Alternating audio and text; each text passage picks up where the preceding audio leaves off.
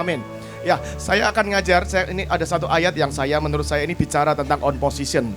Ya, nggak banyak, pendek saja, saya nggak akan lama. 2 Samuel 23 ayat 9 sampai 10. 2 Samuel 23 ayat 9 sampai 10. Ini adalah salah satu cerita tentang triwiranya Daud. Mereka bukan orang-orang yang punya posisi luar biasa, nggak seperti Yoab yang panglima tertinggi, bukan juga pas pampresnya seperti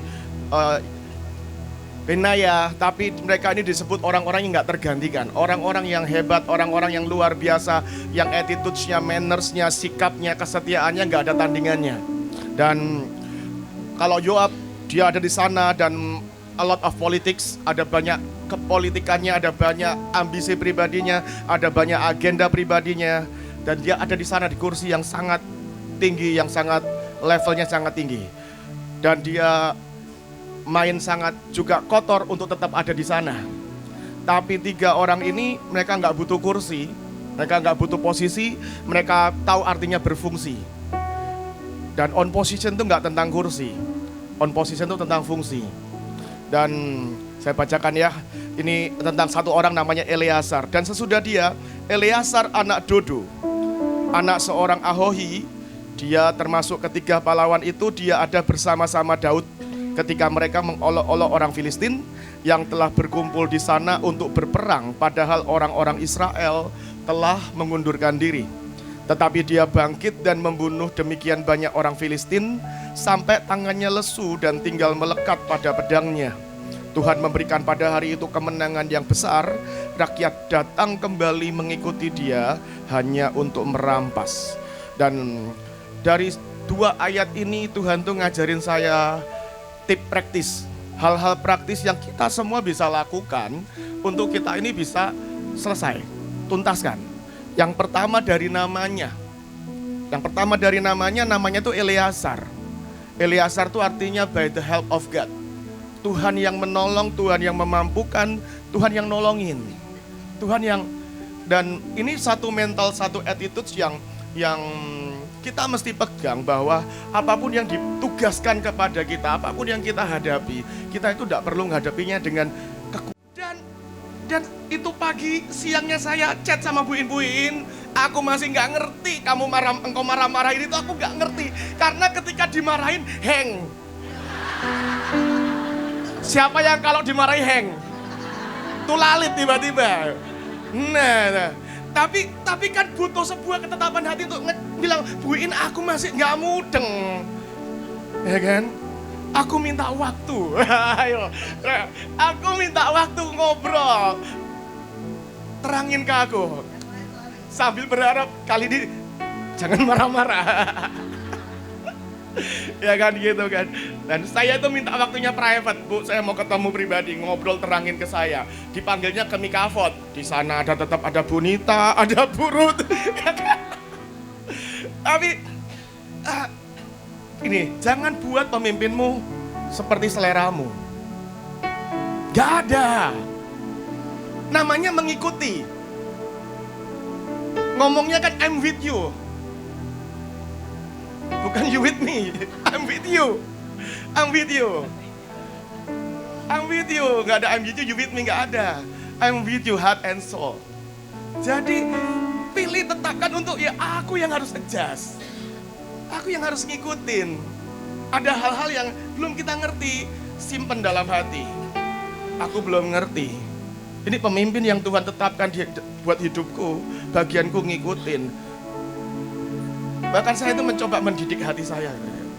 Kalau ada disputes dengan pemimpin, saya menetapkan hati saya, aku yang gak ngerti. Aku yang salah. Aku yang gak ngerti. Aku butuh waktu untuk ngerti, tapi aku akan ikut. Seperti itu. Gak gampang. Kadang harus nyeret seluruh sel ini. Tapi itu butuh ketetapan hati. Gak bisa kalau kita minta pemimpin nyesuaiin sama kita, gak bisa. Kita yang harus adjust. Sampai kapanpun mau ganti 30-40 unit di Mahanaim, gak akan ada pemimpin yang tepat seperti exactly yang kau mau. Beneran, karena kalau enggak ada proses submission. Submission itu teruji kapan? Ketaatan pengabdian teruji kapan? Ketika pemimpinmu nggak seperti yang kamu mau, nggak cocok dengan keinginanmu. Itu submission. Itu submission, itu ketaatan. Ketaatan adalah ketika opinimu itu bertentangan, argumenmu bertentangan dengan keputusan pemimpinmu. Itu namanya submission. And you still choose, engkau tetap pilih untuk obey, itu taat. Itu submission.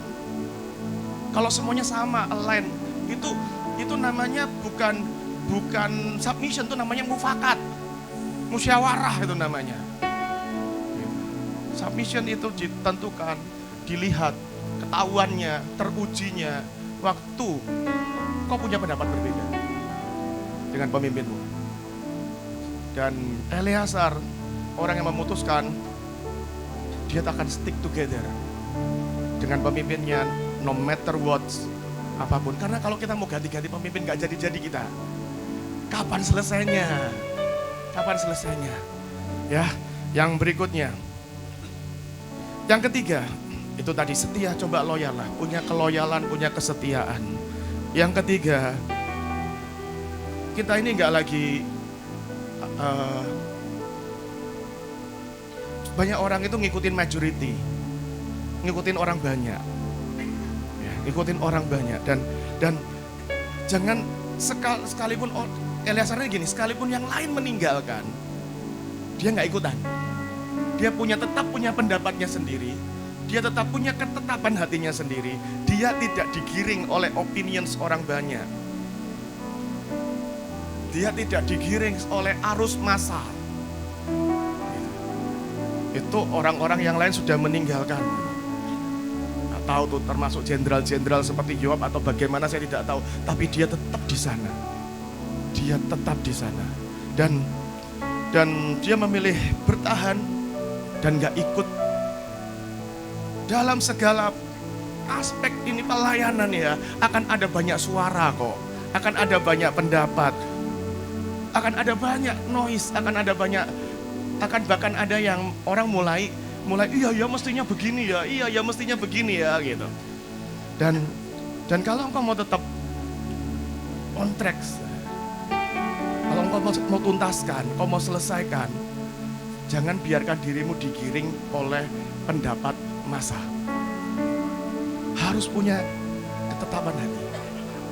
Itu penting. Jangan mudah dipengaruhi orang. Jangan mudah dipengaruhi orang banyak. Lihat satu aja, pemimpinmu, lihat aja udah.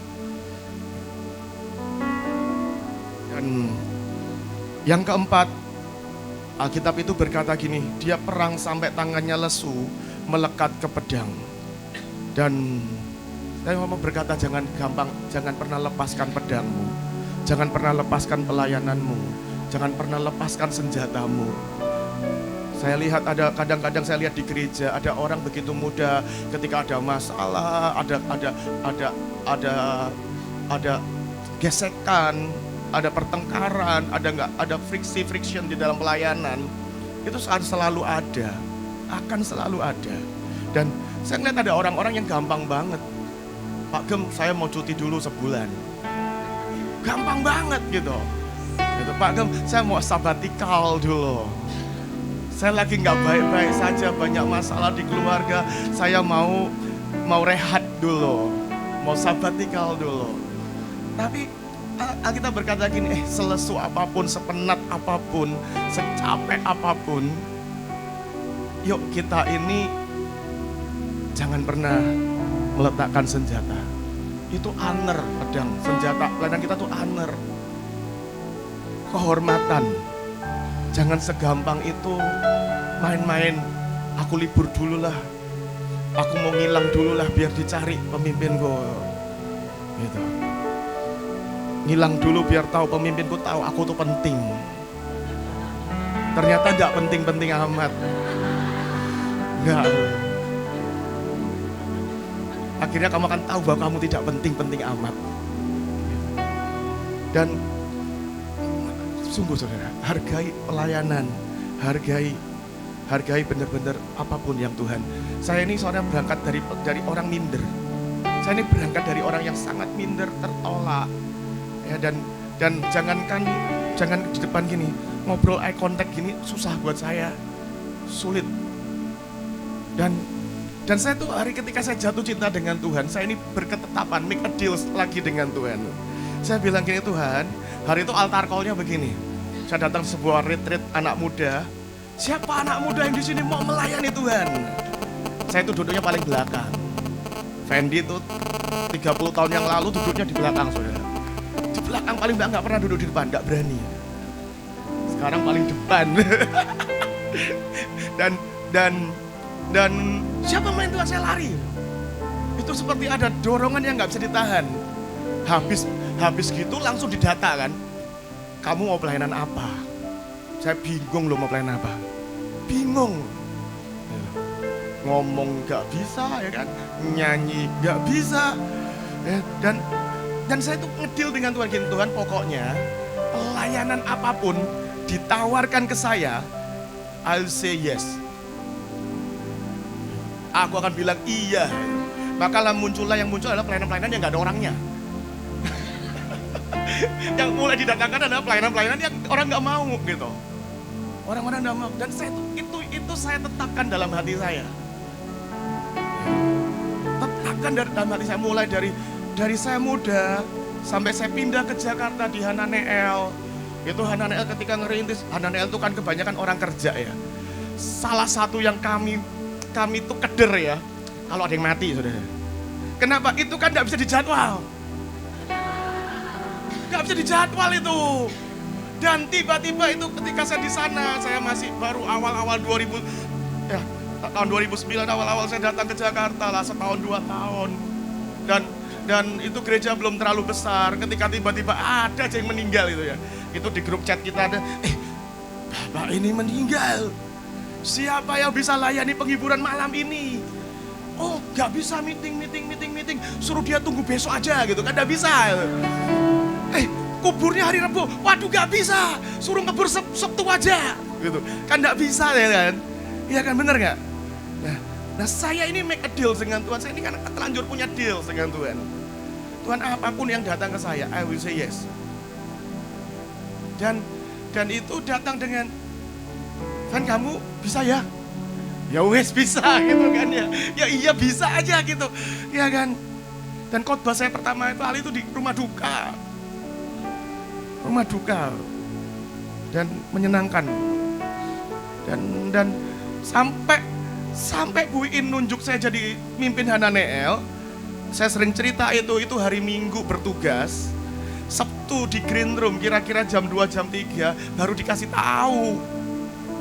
Gitu. Itu pun mungkin sebenarnya saya bukan pilihan utama sebenarnya. Tapi ya saya nggak tahu dapurnya, nggak tahu lah. Tapi nggak ada pembicaraan itu sebelumnya, nggak ada. Gitu.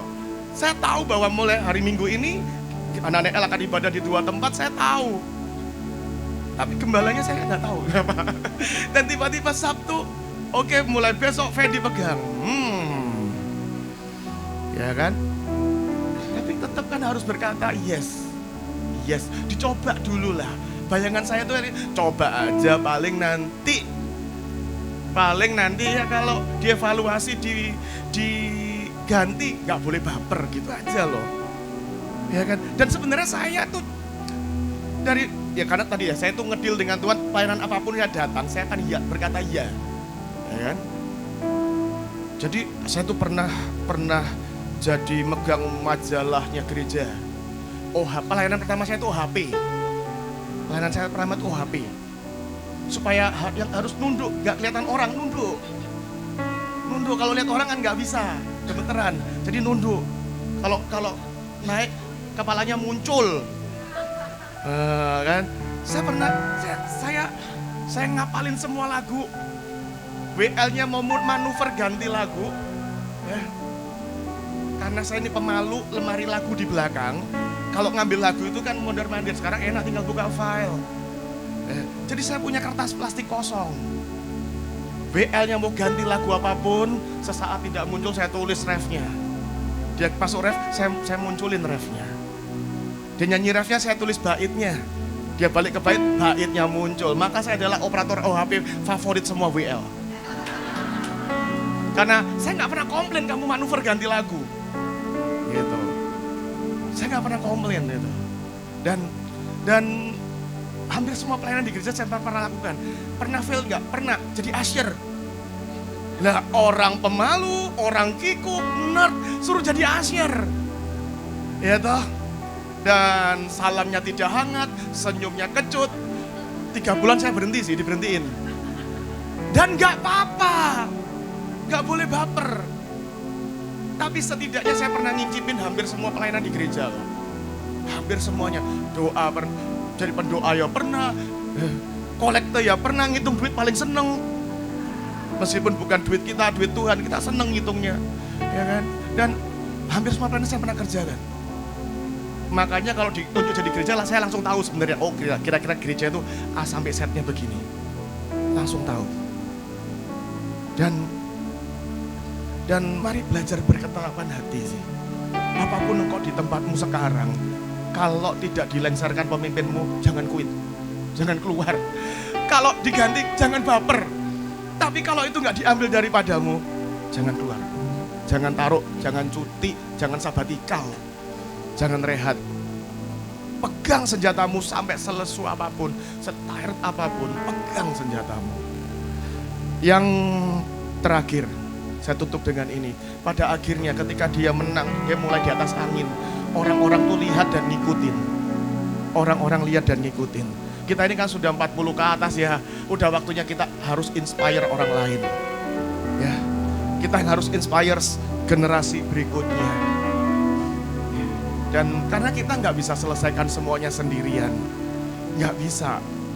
Kita harus inspire others, bantuin kita memuridkan, invest waktu buat memuridkan, buat ngajari, buat nuntun. Kadang-kadang ada beberapa hal kalau kita delegasikan, itu nggak cocok sama mau kita juga. Nggak jadi seperti yang kita mau, enak dikerjain sendiri. Tapi itu adalah bagian yang nggak bisa dilewatkan.